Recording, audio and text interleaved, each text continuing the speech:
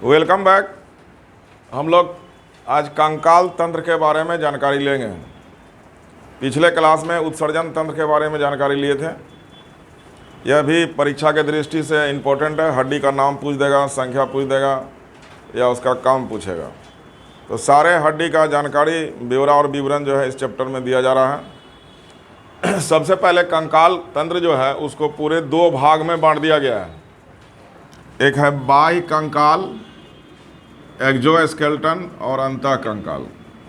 तो बाह्य कंकाल का काम यहाँ शॉर्ट में कर दिए हैं कि यह वातावरण, शरीर को वातावरण से सुरक्षा प्रदान करता है। समझ गए ना बात? तो वातावरण से सुरक्षा, मान लो हीट है या एनिमीज है या ह्यूमिडिटी बहुत ज़्यादा है, मान लो, उससे सुरक्षा दे रहा है। जबकि इसका काम है कि इंटरनल सपोर्ट यानी आंतरिक आधार प्रदान करता है। यदि मान लो खाली मांसपेशी ही रहे शरीर में, तो यदि हड्डी नहीं रहे तो उसका शेप गड़बड़ाएगा। तो इंटरनल सपोर्ट एक पिलर के रूप में जो है यह काम कर रहा है। अब इसमें क्या क्या आता है, तो इसके अंतर्गत त्वचा द्वारा निर्मित संरचना, यहाँ पर ध्यान देना है कि बाह्य कंकाल में त्वचा नहीं आवेगा। वही क्वेश्चन पूछता है, तो क्या आवेगा? त्वचा द्वारा। त्वचा चॉइस में रहेगा तो आंसर नहीं होगा। उसको निर्मित संरचना को स्किन डेरिवेटिव बोलते हैं। स्किन के द्वारा डेराइव जो होता है। तो कौन कौन संरचना है? तो हेयर, नेल, हूफ, समझ रहा है, हॉर्न, स्केल ये मछली में है, स्पाइन इकिडना में है, शील्ड कछुआ में है और फीदर जो है पक्षी में है। फीदर भी इसमें आ जाएगा। ये सारा संरचना जो है स्किन डेरिवेटिव्स हैं और इनमें खासियत है कि एक विशेष प्रकार के प्रोटीन का बना हुआ है। किस प्रोटीन का बना हुआ है? तो अब कुछ पूछेगा कि बाल में कौन सा प्रोटीन, नाखून में कौन सा प्रोटीन, या शील्ड में, पंख में कौन सा प्रोटीन, तो सबका आंसर ये हो जाएगा। अब इस प्रोटीन में एक खासियत है कि केराटिन जो है जल में और घुलनशील है और इसका पाचन नहीं होता। ये कॉम्प्लेक्स प्रोटीन है। कोई भी एंजाइम, किसी भी जंतु में कोई ऐसा एंजाइम नहीं है जो केराटिन प्रोटीन को ब्रेक करेगा, क्योंकि केराटिन प्रोटीन जो है कॉम्प्लेक्स प्रोटीन है। प्रोटीन का कई अवस्था होते हैं, प्राइमरी, सेकेंडरी, टर्सरी, क्वाटनरी। तो क्वाटनरी जो है उसमें बॉन्ड काफ़ी लपेटा हुआ रहेगा, कॉम्प्लिकेटेड बॉन्ड रहता है, तो उसको हम ब्रेक नहीं कर सकते हैं। कोई भी ऐसा एंजाइम जीव जंतु में नहीं पाया जाता है जो इस प्रोटीन को ब्रेक करेगा। यानी निष्कर्ष निकला कि इसका पाचन किसी भी जीव जंतु के द्वारा नहीं होगा। तो किसका किसका पाचन नहीं होगा? तो ये सबका पाचन नहीं होगा। समझिए बात? तो अब जल में अघुलनशील का मतलब कि वाटर प्रूफ है ये। तो हमारे त्वचा में इसका लेयर पाया जाता है, इसलिए हम लोग जब स्नान करते हैं तो शरीर में जल प्रवेश नहीं करता है। ऐसा क्वेश्चन पूछा एक बार कि स्विमिंग पूल में स्नान करने के बाद जल जो है शरीर में क्यों प्रवेश नहीं करता है? तो एक चॉइस लगा हुआ था केराटिन के चारों। समझ गए? ये वाटर प्रूफ लेयर जो है हमारे बॉडी में बनाने का काम करता है। उसी प्रकार यदि कीट का हम बात करें तो कीट में जो है बाह्य कंकाल काइटिन का बना होता है। केराटिन एक प्रोटीन है जबकि काइटिन एक कार्बोहाइड्रेट है, पॉलीसेकेराइड है। काइटिन क्या है बोलो? कार्बोहाइड्रेट का पॉलीसेकेराइड है। तो कीट जो सक्सेसफुल होते हैं, कि सबसे ज़्यादा जनसंख्या इस पृथ्वी पर कीट जगत का है। कीट वर्ग में ऐसे जंतु हैं जो समुद्र के अंदर भी है, नदी में है, जंगल में है, पहाड़ पर है, बालू में है, अनाज में है, हर जगह कीट मिलेगा। इसलिए कीट को इस पृथ्वी का सबसे सक्सेसफुल एनिमल कहा जाता है। तो more successful animal in the world, answer होगा इंसेक्ट। अब क्यों लॉजिक देगा कि क्यों? तो उनके शरीर में बाह्य कंकाल जो है काइटिन का बना होता है। अब काइटिन का क्या लॉजिक है? तो काइटिन जो है इलास्टिक है, काइटिन जो है वाटर प्रूफ है, काइटिन जो है हार्ड है, टफ है, और ये हीट रेसिस्टेंट है, माने इंसुलेटर है। तो इतना सारे गुण काइटिन में है। अब इलास्टिक भी है, टफ भी है, हार्ड भी है, तो उससे कीट का पंख बन गया, वाइब्रेट करता है तो उड़ने लगता है। रेगिस्तान में है तो हीट प्रूफ है, तो बाहर का हीट अंदर नहीं जाएगा। ठंडा है तो बाहर का हीट अंदर नहीं जाएगा। पानी में घुस गया, वाटर प्रूफ है, पानी अंदर नहीं जाएगा। समझ गया बात? इसलिए केराटिन जो है उसके लाइफ के लिए काफ़ी इम्पोर्टेंट रोल अदा करता है। जैसे परमाणु बम हमला होता है तो कॉकरोच को कोई प्रभाव नहीं पड़ता है, इसलिए कि कॉकरोच के शरीर में देखना कि चमकीला पदार्थ जैसा लगता है कुछ, वो काइटिन है, तो वो रेडिएशन को जो अल्फ़ा बीटा गामा निकलता है उसको रिफ्लेक्ट कर देता है, तो एब्जॉर्ब करेगा ही नहीं, तो उसका प्रभाव क्या होगा? हम लोग का त्वचा एब्जॉर्ब कर लेता है, तो हम लोग का त्वचा जब एब्जॉर्ब करेगा तो हड्डी तक पहुंचेगा, तो हड्डी में जाने के बाद वो WBC बनाने वाला कोशिका को उत्तेजित कर देता है, जिससे WBC का निर्माण तेज़ी से होने लगता है, और उसी को ब्लड कैंसर ल्यूकेमिया कहा जाता है, जो रेडिएशन का प्रभाव होता है, जिसके कारण मौत हो जाता है। समझ गया? अब यहाँ पर जो अंतःकंकाल है उसमें दो संरचना हम लोगों के शरीर में है, एक हड्डी है, दूसरा क्या है? उपास्थि, कार्टिलेज उसका अंग्रेजी है। हड्डी में एक विशेष प्रोटीन पाया जाएगा, क्या नाम हो जाएगा उसका? ओसिन बोलेंगे। और उपास्थि में एक विशेष प्रोटीन, उसको क्या बोलेंगे? कॉन्ड्रिन बोलेंगे। अब कॉन्ड्रिन वर्ड से ही कॉन्ड्रियोलॉजी। अब मांसपेशी अंतःकंकाल का पार्ट नहीं है, हम एक्स्ट्रा बात बताएं, इसलिए इसको हम बॉक्स में कर दिए हैं कि मांसपेशी में पूछेगा कौन सा प्रोटीन? एक्टिन और ब्लड में, उसी तरह से मक्का में पूछेगा तो जिन प्रोटीन, गेहूं में ग्लूटेलिन प्रोटीन, ये प्रोटीन का अलग लिस्ट होगा। समझ गए बात? अब हम कंकाल में आते हैं कि मनुष्य में जो अंतःकंकाल है उसको हम दो भाग में बांट दिए हैं। तो एक है एक्जाइल अक्षीय और दूसरा है अनुबंधी अपेंडिकुलर। तो मान लो जो बोन का स्ट्रक्चर है तो इस तरह से खोपड़ी से शुरू होता है, फिर कंधा लगा रहता है, हाथ पैर लगा रहता है, फिर रीढ़ का हड्डी, छाती का हड्डी यहाँ पर है, फिर कमर का हड्डी है, फिर इसमें पैर लगा हुआ है। तो एक एक्सल मैंने समझता है ना, एक्सल एक्सिस वर्ड से बना। अब गाड़ी में भी एक्सल होता है ना, दो गो धूड़ी चक्का लगा रहेगा, तो बीच का मेन एक्सल हो गया और उसको साइड में कुछ लगा दिए हम, एक्सल घूमते रहेगा। तो जो एक्सल है तो उसी से वर्ड हमारा क्या बन गया है? एक्जाइल। तो एकदम सीधा में चलना, खोपड़ी का संयुक्त दंत माने वर्टिब्रल कॉलम, रीढ़ का हड्डी, तो खोपड़ी से सीधा लगा हुआ है, और अस्टर्नम छाती वाला, रिब्स छाती का हड्डी, सॉरी ये कहाँ से आ गया? अस्टर्नम और रिब्स।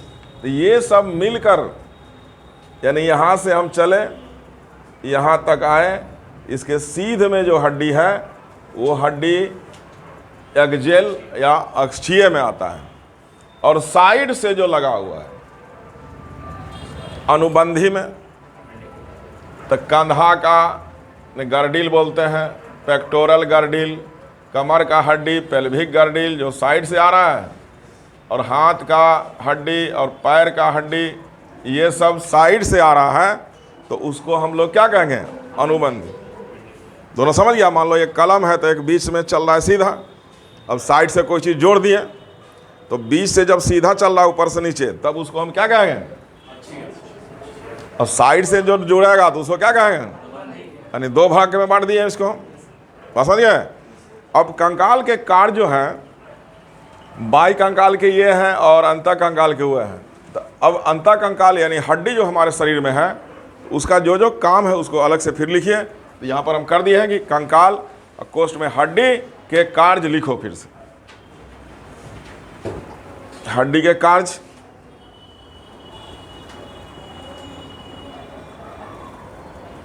शरीर के अंगों की सुरक्षा प्रदान करना, पॉइंट में चले आओ। शरीर के अंगों की सुरक्षा प्रदान करना,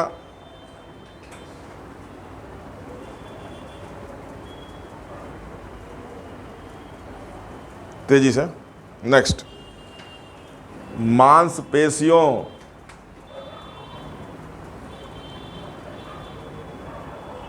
को जोड़ने का स्थान देना,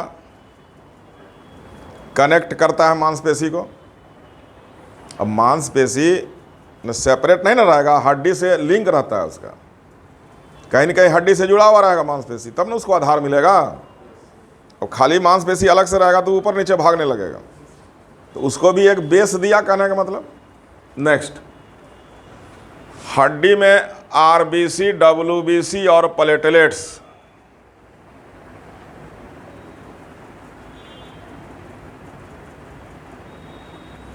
अस्थि मज्जा के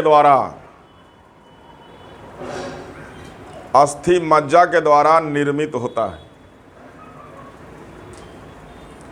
तो सीधा भाषा में बोलेगा कि रक्त का निर्माण हमारे शरीर में कहाँ होता है? अस्थि मज्जा में, लेकिन भ्रूण अवस्था में जो है यकृत के द्वारा और स्प्लीन के द्वारा होता है। वो अपवाद में चल रहा था, तभी यहाँ पर छोड़ दो, बता दिए हैं वो एक जगह। नेक्स्ट, हड्डी का काम लिख रहे हैं हम लोग कि हड्डी कैल्शियम और फास्फोरस को संचित रखता है।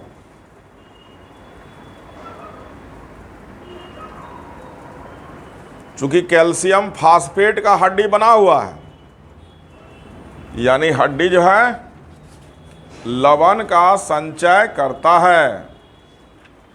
ये बात को समझ गए ना?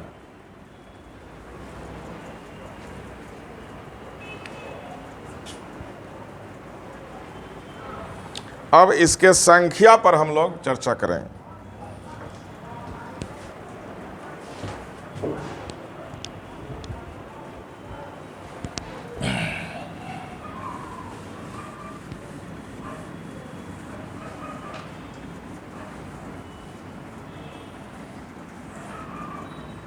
वयस्क में हड्डी की संख्या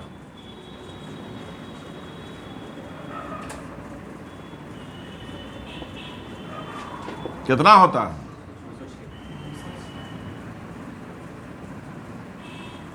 नवजात का यदि हम बात करते हैं तो 295 से 310 तक। अब ऐसा क्यों? तो जब नवजात की अवस्था है तो कोई हड्डी ले लें हम, तो मान लो ये 3 भाग में हड्डी है, दरार होता है हड्डी के बीच, फॉरो अंग्रेजी वर्ड।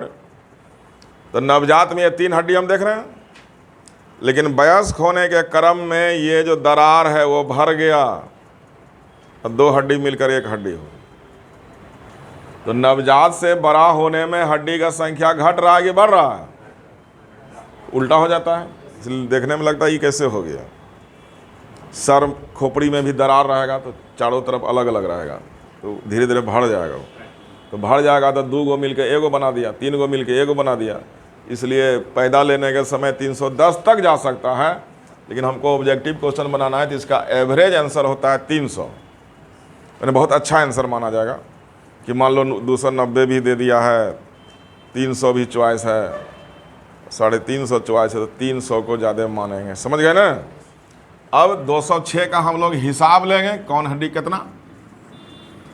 तो अस्कल एक वर्ड है, खोपड़ी हिंदी वर्ड है, में कुल 29 हड्डी होता है।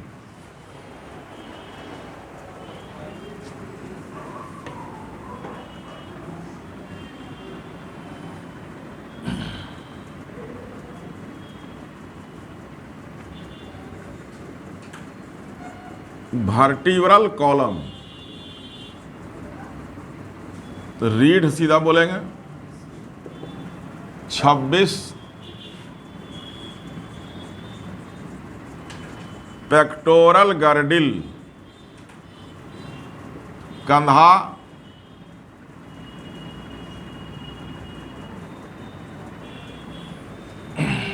कितना हड्डी है?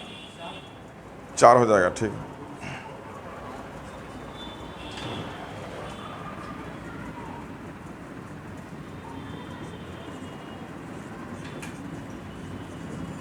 पेल्विक गर्डिल कमर, बोलो कितना?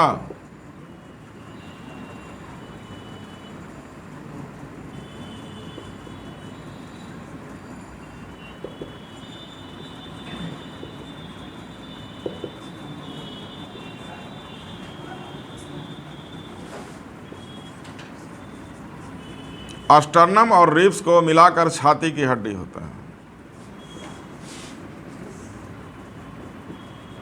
हाथ में कुल 60 और पैर में कुल 60, जोड़ेंगे 206 होगा।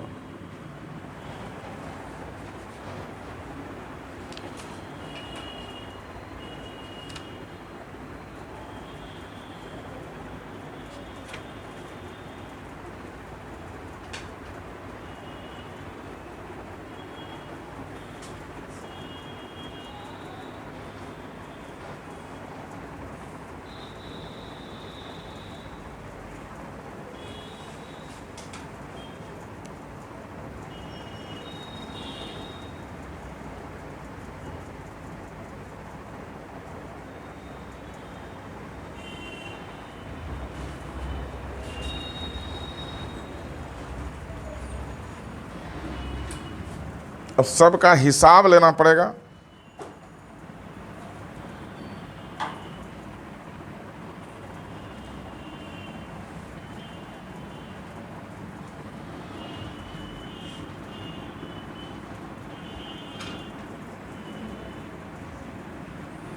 तो अस्कल हम लोग देखें पहले, तो अस्कल में कुल कितना का रहा है? मान लो ये अस्कल है, तो यहाँ 8 होगा, 14 होगा, 3 3 और 1 होगा। तो अस्कल का हिसाब लें। खोपड़ी वर्ड है, खोपड़ी में हड्डी 8 है, जिसको कपाल या ब्रेन बॉक्स या क्रेनियम कहा जाता है। Cranium bone. 14 हड्डी चेहरा, 6 हड्डी कान, 3 + 3,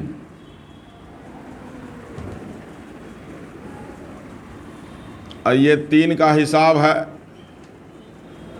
मेलियस, इनकस, स्टेप्स। ये सबसे छोटी हड्डी है, और एक हड्डी यहाँ पर है जहाँ खोपड़ी और रीढ़ का ज्वाइनिंग होता है, जिसको हाइवाइड कहते हैं। तो जोड़ेंगे तो 8 14 22 हो गया, 6 28 और 1 29। पूरा हिसाब मेरा मिल गया।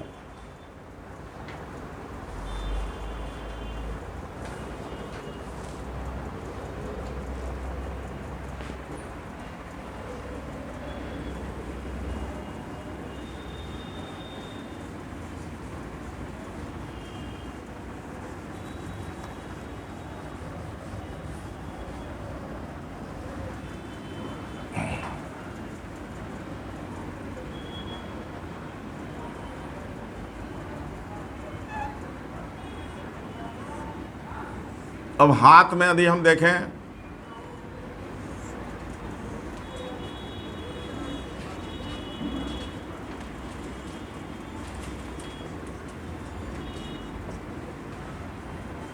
तो ये बाँ है ह्यूमरस,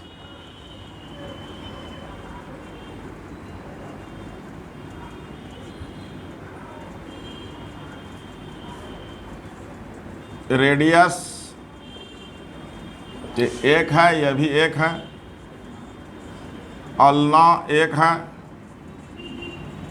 कार्पेल 8 है, मेटा कार्पेल 5 है, और उंगली में कुल 14 हड्डी।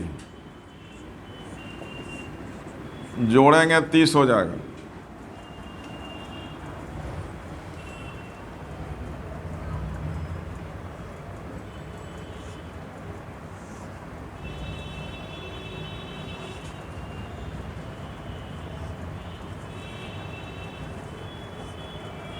अब पैर हम लोग देख रहे हैं,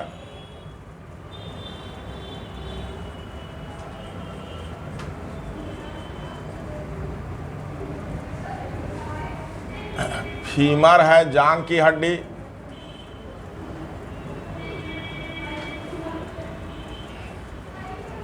और ये पटेला है ठेवना,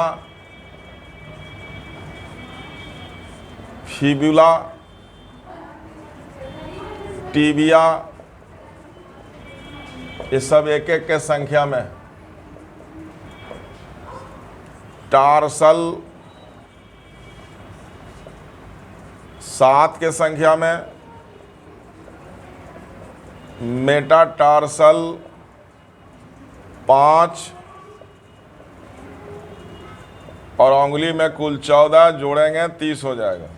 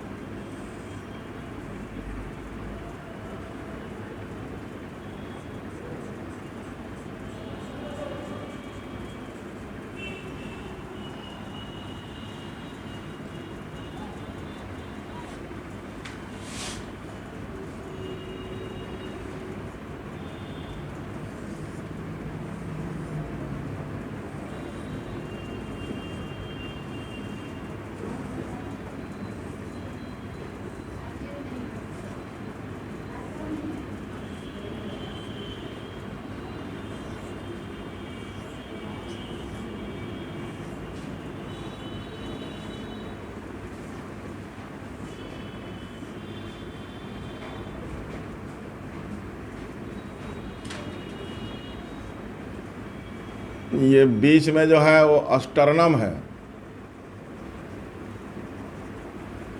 और ये क्षैतिज दिशा में रिब्स है।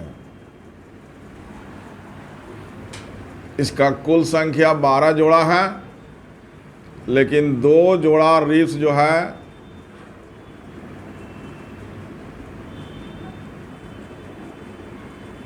को फ्लोटिंग रिब्स कहते हैं।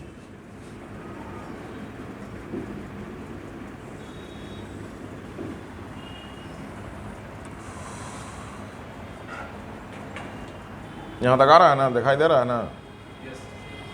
ये बोला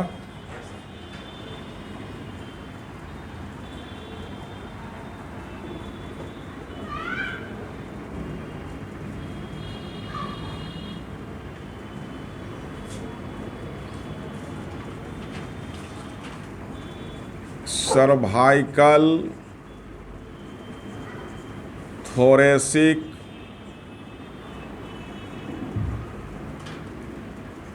लंबर, सैक्रल, काउडल।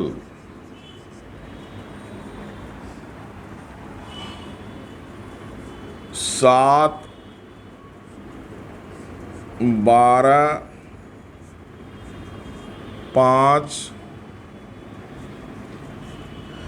5, 4, 19, 5, 24, 5, 29 और 4, 33।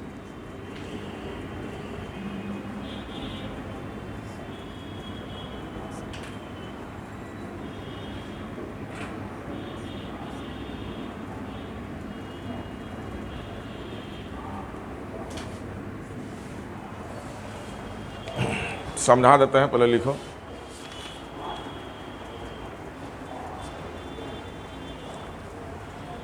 इसको बढ़िया जगह में बना देता है। तो 12, 7, 19, 5, 1, 25, 1, 26। बड़ा एक दूसरे टाइप का हिसाब है, पहले इतना लिखो। 26/33। तो 26 जो है वयस्क में है, और 33 आंसर होगा नवजात में। यहीं पर किताब में गलती कर देता है कि कहीं कहीं देखोगे तो रीढ़ का हड्डी का संख्या लिख देगा 33, लेकिन वो क्लियर नहीं करता है कि नवजात कह रहा है कि वयस्क कह रहा है।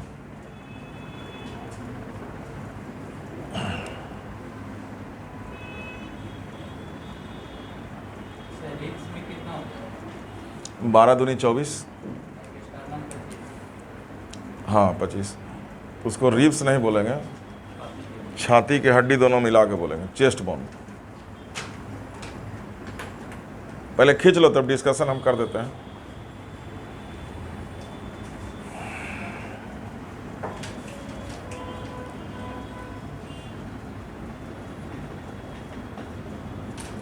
उल्टा हो गया था।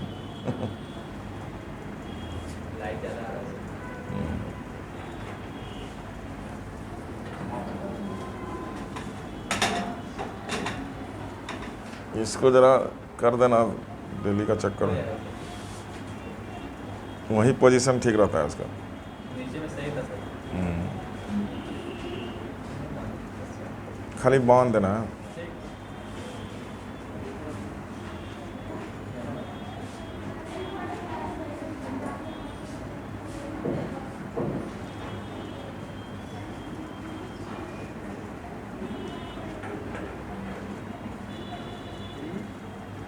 बने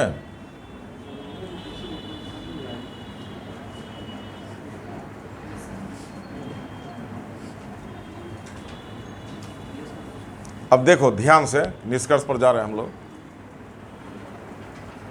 कि मनुष्य में यानी वयस्क में कुल 206 हड्डी है। लिख लेना बाद में, पहले ध्यान दो यहाँ पर, नहीं तो लिखते रह जाओगे। 206 हड्डी है ना, तो एक बार बोलते जाओ। खोपड़ी में कुल कितना? Vertebral column, vertebral, pectoral girdle, अच्छा छोड़, चार का माने 2 + 2, 2 ठोन कंधा है। पेल्विक गर्डिल माने कमर, 1 + 1 माने 3 हड्डी मिलकर 1 बन गया है, वही चक्कर है, नहीं समझा? अस्टर्नम में मात्र कितना है? रिब्स में कुल हड्डी तो 12 है, 36 दिशा में। उसी अस्टर्नम से ऐसे ऐसे, और हाथ में कुल, पैर में कुल, टोटल जोड़ देंगे कितना हो गया? अब एक एक का हिसाब हम ले रहे हैं। 29 बोले हैं। ये खोपड़ी बना है, खोपड़ी का ऊपर का भाग जिसको कपाल या क्रेनियम कहा जाता है, में हड्डी का संख्या कितना है? तो अब कपाल अलग वर्ड है हिंदी में, खोपड़ी अलग वर्ड है, ध्यान देना है ऑब्जेक्टिव में, समझ रहा है जी? या ब्रेन बॉक्स, या कहेगा कि हमारा मस्तिष्क, मस्तिष्क माने ब्रेन, कितने हड्डी से घिरा है? आंसर क्या बनेगा? अब खोपड़ी का भी चॉइस दे देगा 29, वही ना दिक्कत करता है। तो मस्तिष्क का माने ऊपर है, ये चेहरा है, तो मस्तिष्क और चेहरा में अलग ना वर्ड है। अब खोपड़ी कह दिया तो मस्तिष्क भी घुस गया, चेहरा भी घुस गया, जिसको खोपड़ी को हम उठा लेंगे। लेकिन ये ब्रेन बॉक्स है, 8 है, चेहरा में 14 है, कान में कुल 6 है, और यहाँ पर जहाँ जंक्शन है हम लोग का, रीढ़ का हड्डी फिट होगा ना, फोरामेन मैग्नम जो गड्ढा पढ़ाए थे एंथ्रोपोलॉजी में, ऑक्सीपिटल कॉन्डाइल क्षेत्र होता है। तो अब वो जो है हड्डी फिट होगा तो वहाँ एक प्लेट लगाओ जिसको हाइट कहते हैं। अब कुछ लेखक इसको कंसीडर करेगा, कुछ कहता है नहीं, लेकिन कंसीडर करता है ये स्टडी में। तो कुल मिलाकर 29 है। कान में 3 हड्डी जो है, मेलियस, इनकस, स्टेप्स, स्टेप जो है शरीर का। अब खोपड़ी हमारा क्लियर हो गया। अब हम क्या आएंगे? हाथ में आ गए। बांस के हड्डी को क्या कहते हैं? हाथ के निचला भाग में 2 हड्डी है, रेडियस बाहर से, अल्ना अंदर से। कलाई के हड्डी को कार्पल कहेंगे, हथेली के हड्डी को मेटाकार्पल कहेंगे। उंगली में कुल जो है 14 हड्डी है, 4 उंगली में 3-3 हड्डी है, 4 12, अंगूठा में 2 हड्डी है, 12 2 14। तो कुल मिलाकर जोड़ देंगे तो ये 30 हो जाएगा। तो एक हाथ में 30 है तो 2 हाथ में 60 है, समझ रहे हैं जी? अब पैर में जाएंगे, जांग के हड्डी को फीमर जो सबसे, तो यहाँ पर लिख लो, जांग का हड्डी जो है लॉन्गेस्ट, लार्जेस्ट और heaviest bone of the body. Longest, largest और हैवीएस्ट।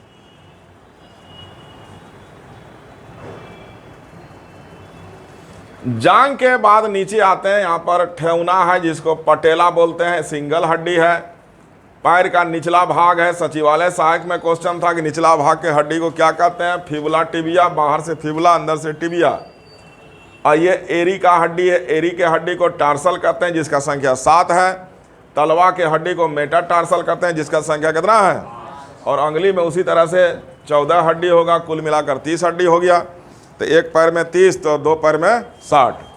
अब छाती का हड्डी में दो तरह का हड्डी, एक खरा हड्डी है, तो खरा हड्डी को क्या कहेंगे, अस्टर्नम, जो सिंगल है, और क्षैतिज दिशा में 12 है उसको क्या कहेंगे, तो रिब्स का संख्या कुल कितना हो गया, 12 जोड़ा।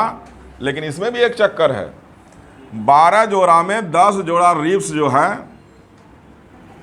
और यहाँ से चलकर पीछे रीढ़ के हड्डी में सट गया है, एक पिंजरा बना दिया है। लेकिन 2 जोड़ा नहीं जाता है पीछे। 12 जोड़ा में पीछे जो सट रहा है कितना जोड़ा, और कितना नहीं जाता है पीछे, तो इस 2 जोड़ा को फ्लोटिंग रिब्स कहते हैं। क्वेश्चन पूछेगा कि मनुष्य में फ्लोटिंग रिब्स का संख्या कितना होता है, जोड़ा में आएगा तो 2 जोड़ा। यहाँ पर देखना नीचे में 2 गो इधर 2 गो इधर, वो पीछे तक नहीं गया है, समझ गए, उसको फ्लोटिंग रिब्स कहते हैं। और नहीं तो टोटल रिब्स रीढ़ में जाकर सटा हुआ है, एक पिंजरा बना देता है। इसलिए कि हम लोगों के वक्ष गुहा में हृदय है, फेफड़ा है, सेंसिटिव ऑर्गन है, उसको सुरक्षा देने के लिए ऐसा किया गया। अब हम आते हैं रीढ़ में, लास्ट है कि रीढ़ में वर्टिब्रल कॉलम बोलते हैं, कसोरुक दंड भी बोलते हैं। कुल हड्डी कितना लिखे हैं, बोला, ये बैस का डाटा है। अब गर्दन का हड्डी को बोलेंगे सर्वाइकल बोन, जिसका संख्या कितना है, गर्दन से पीछे बढ़ते जाओ, जो छाती का ऑपोजिट भाग है पीठ में, उसको क्या बोलेंगे, थोरेसिक, संख्या बोलो। पेट का पीछे रीढ़ की तरफ लंबर बोलेंगे, संख्या। सैक्रल, उससे नीचे आएंगे, संख्या। काउडल माने पूछ होता है, पूछ का हड्डी कितना, 4। इसको यदि हम जोड़ देंगे तो कुल कितना, 33 हो जाएगा। लेकिन ये डाटा किसका है, जब हम वयस्क हो जाते हैं तो 7 सही रहेगा, 12 भी रहेगा, 5 भी रहेगा, लेकिन सैक्रल में जो 5 है वो 1 हड्डी बन जाएगा, और काउडल जो है वो 4 है, वो भी 1 बन जाएगा। तो इधर से हम जोड़ेंगे 12 7 19 5 24 1 25 1 26, तो वयस्क में कितना, अब आ गया समझ में। कुछ हल्का बचा हुआ है, अगले क्लास में जारी रहेगा।